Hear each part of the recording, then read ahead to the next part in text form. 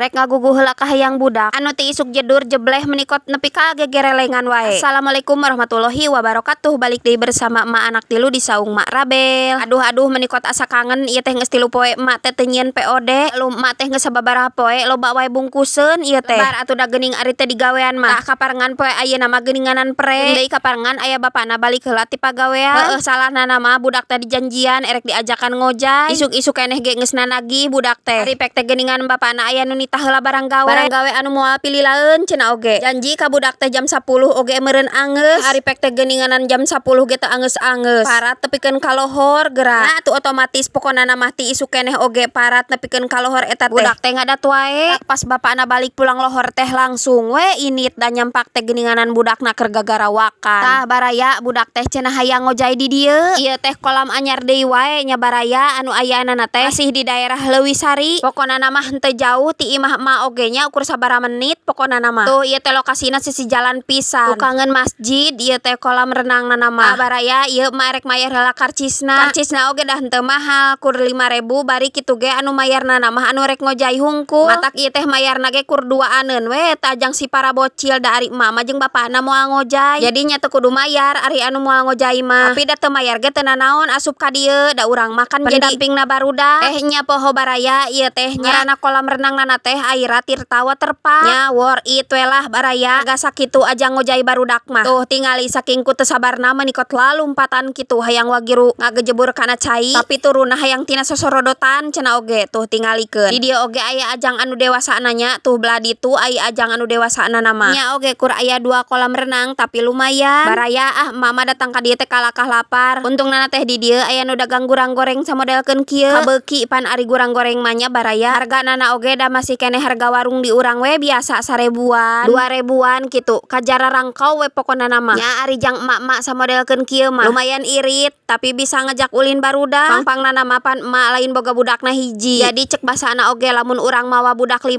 oge moal hariwang teuing paling ge meureun asupna kur 25.000 jang 5 teh. Tah ieu nu reuas mah bieu barudak teh pan hayang nyewa ban 2 ari biasana mah pan paling murah 5.000 gitu. Komo da geus lumarahna namanya nyewa ban anu modelkeun kieu mah nepikeun ka harga 15.000 20.000 geuninganan. Tina hiji banana teh pan sok sararoak ari nyewa loba-loba teuing mah. Ngan di dieu mah ngajenghok nya nyewanana teh kur 3.000 perak baraya. Nyewa 2 ge kur 6.000. Kajabaning sawaregna barudak teh ngojay oge. Alhamdulillah pokona mah mawa ulin budak teh geus kacumponan nya oge mawa duit saeutik. Assalamualaikum.